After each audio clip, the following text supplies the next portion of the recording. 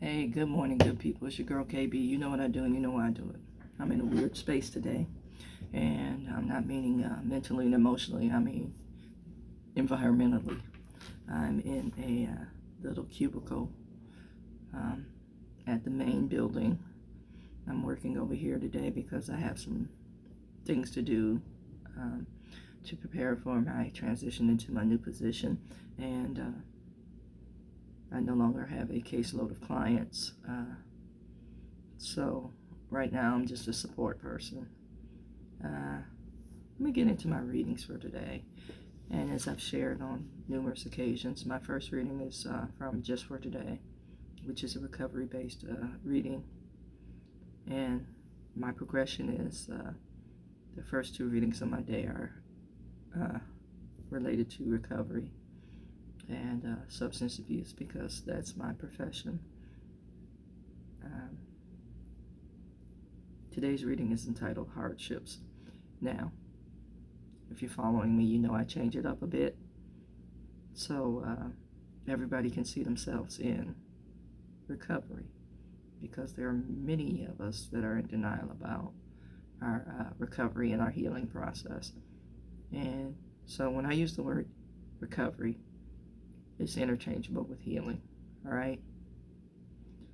So this is from Just for Today, which is Narcotics Anonymous.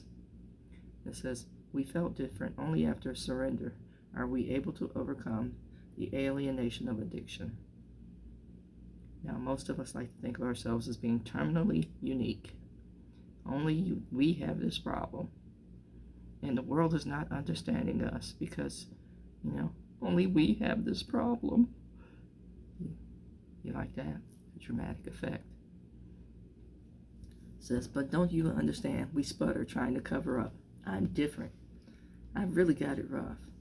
We use these lines over and over in our active addiction or in our active self-infliction.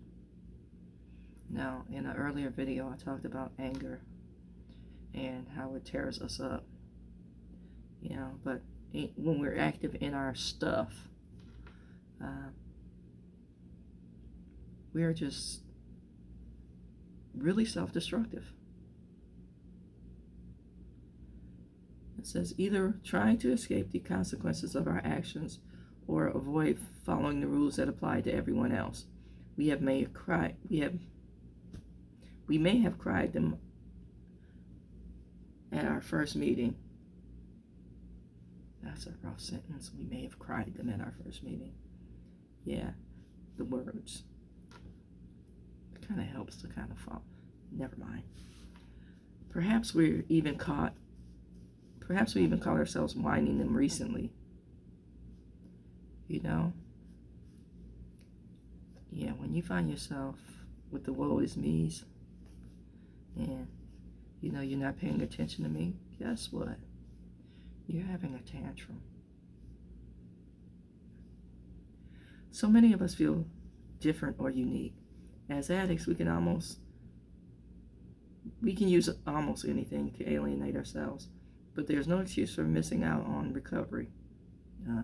There's no excuse for missing out on God, the goodness of God, the grace of God. But that's the last thing we want to hear when we're wallowing in self-pity or pumping ourselves up with pride, only to lead to that fall.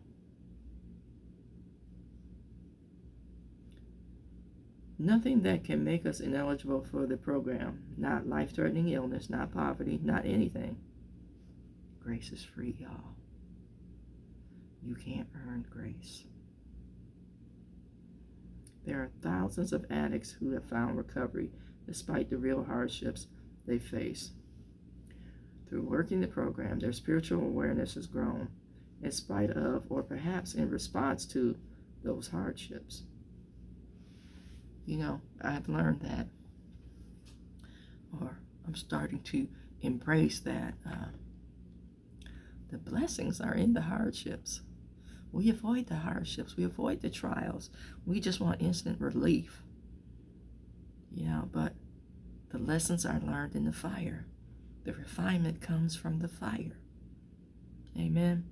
And it's time that we recognize that. Trouble don't last always, as the old saints used to sing.